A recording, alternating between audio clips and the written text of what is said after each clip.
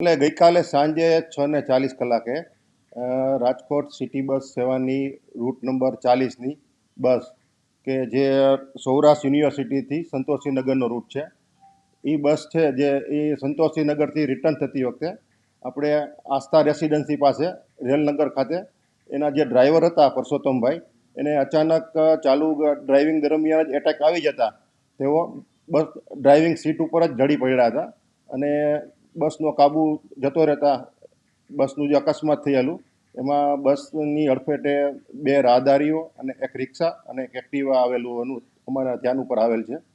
અને આ અકસ્માતમાં જે ડ્રાઈવર હતા તેનું એટેકને કારણે અવસાન થયેલ છે અને અન્ય એક રાહદારી મહિલા હતા કે જેની ઉંમર અંદાજે 35 વર્ષ આસપાસ હોવાનું અમારા ધ્યાને આવેલ છે.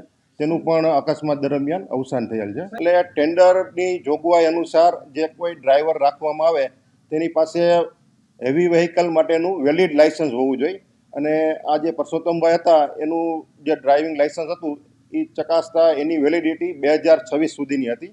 એટલે એ ઓથોરાઇઝ ડ્રાઇવિંગ માટેના હતા. એટલે હાલ એ જે ડ્રાઇવિંગ બાબતે કોઈ એનો ઇસ્યુ નથી, પરંતુ એની એજ છે એ 60થી વધારે હોવાનું અમારા ધ્યાને આવેલ છે, જેથી અમુક ન્યૂઝ પેપર્સમાં પણ આ બાબતે પ્રશ્નો ઉઠાવ્યા છે કે ડ્રાઈવરની ઉંમર જે છે એ 60થી વધારે છે.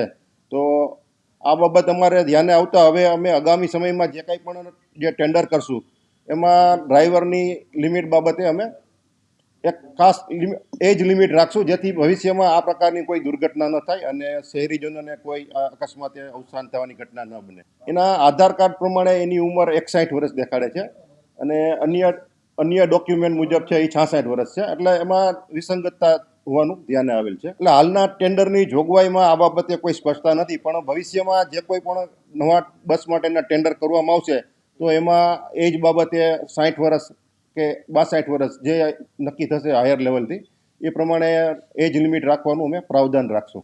સાંજ સમાચાર ફેસબુક પેજને લાઇક કરો, વિડીયો શેર કરો અને વધુ વિગતવાર સમાચાર માટે sanssamachar.net વિઝિટ કરો.